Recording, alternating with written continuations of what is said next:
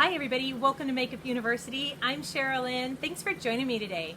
Hey, before I get started, if you've subscribed already, thank you so much. And if you haven't, would you consider subscribe and ding? So, welcome to this week's Wine Wednesday review. I have this 19 Crimes, the Uprising, and it is a tick more in alcohol and also aged in a rum barrel. So here's the thing. This, I don't think is the one that I saw that I mentioned in the last video, but I wanted to try their other version. I don't know if you remember this campaign with Apothic wine. Apothic did a whole series, the Inferno bottle, and it was neither here nor there. Theirs was aged in a whiskey barrel. This is aged in a rum barrel. Was it good? Sure. Was it great? No. Would I buy it twice? No, I wouldn't. I bought it purely for the novelty of it. Let me tell you a little bit about it. My favorite thing about when you get 19 Crimes wine is that it says right here, it says reason number 10 out of 19. What was a crime in London at the time? Stealing fish from a pond or river.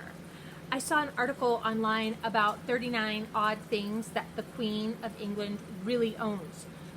All of the swans on the Thames River. Wow.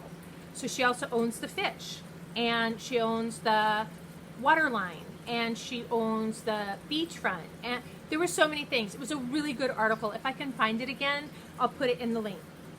It's fun when you buy 19 Crimes to be able to just read that little fun fact. I had one once where it said that it was a crime to steal a spoon. I don't know that if that's a felony, we're shipping somebody off to the Americas. But oh, if you hear something in the background, it's can you see Noah? Yeah, he's online too. Here we go. So if you hear any strange noises, it's possibly a game in session. Now, 19 Crimes, The Uprising. It is a 2019 product, so this was not aged for that long. 30 days in a rum barrel. Here's the details from the back. The Uprising, a new wine aged for 30 days in rum barrels, pays homage to Australia's rum rebellion. Ooh, that sounds interesting. Of 1808. There was a rum rebellion of 1808. Due to the governance hindrance of the rum trade, the rebellion was the only time a group of soldiers and citizens banded together to overthrow the government over rum. Wow. A portion of this handcrafted wine has thus been aged for 30 days in rum barrels and is dark with jammy flavors and a smoky finish. Download our Living Wine Labels AR app. Hashtag talking bottles. Oh wow, I have never noticed that on this before, but, oh, my phone's not close by. But I would like to know about talking bottles. I would love to know more about that history. So things to know: origin, Southeastern Australia, composition, red wine, vintage. It's a 2019 red blend, and it's 15% alcohol, but it was aged in a rum barrel. Okay, so first, forgive me.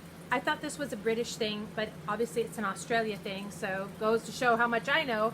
I love the label. I just love the packaging. So I'm thinking as we're going into, you guys, what kind of holiday retail season are we going to have? It is not going to be the normal Black Friday, or, okay, let's just say it's going to be all brand new. Everything that we're doing right now, brand new. So long story short, my point was, if you are looking at your hostess gifts, birthday gifts, wine gifts, nobody's going into the office to be doing like office trades, office white elephant parties, Christmas gifts, whatever. Here's the point. This is a fun novelty, and I don't want to buy it twice to sip on at home, but I think for gifting purposes, this is a great gift. Not because it's fabulous to sip on, but just it's got a really unique package. the rum thing. When I did the Inferno through Apothic, which was red wine aged in whiskey barrels, it was so syrupy in texture and flavor and finish. It was exactly like sipping Dayquil. And I didn't like it. It went down hard. Like, trust me, I drank it, but it went down hard. This one has a similar, thicker texture to the wine and a little hint of like that syrupy texture. But when it says it has a jammy flavor, that's right. Almost, let's go so far to say if Concord grape jam was liquid with alcohol, that's the uprising. Okay, it was good. It's worth you trying, and I think after you try it once, I think you would enjoy gifting this just because it's got really nice packaging, and I think the packaging matters. And something has happened in our society that all of a sudden there are so many unboxing reviews that just fawn and fandom over packaging. And I say this because I was on Instagram and I was looking through, and there is a somebody, I'm a fan of somebody, and I'm looking at their stuff, and I see them just oohing and ahhing over the packaging. I'm like, get to the point. It's $100 a jar. Tell me what the benefits are and that it works, for that matter, not like what a nice plastic cap it has. Packaging does matter to me, but not that much. When giving a gift, this is just, that's me spilling. This is just fun. It's just a nice package. So, you guys, this week's Wine Wednesday is 19 Crimes, The Uprising. Do I recommend it? Yes. Oh, the cost. I bought it at the Walmart. I want to say it was $12, like maybe 12 and change, almost 13. And I felt like it was worth it, and it was good. And if I had somewhere to go to gift wine, I would definitely consider gifting this. And I do enjoy reading just the regular 19 Crimes, because I like the cork where it says, you know, a crime that was punishable. And I think, not as a history lesson, though, I think that's how many of those people got to, like, either you got shipped off to the Americas or you got shipped off to Australia. And so it's possible that somebody stole a fish and their sentencing was you were going to sail to the strange land of Australia, and now it's flourishing and just beautiful. So before we close out, I want to share something silly. This is my son's book. You hear that? It's just funny.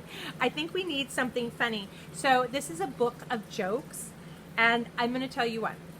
Are you ready? Who are the werewolves' cousins?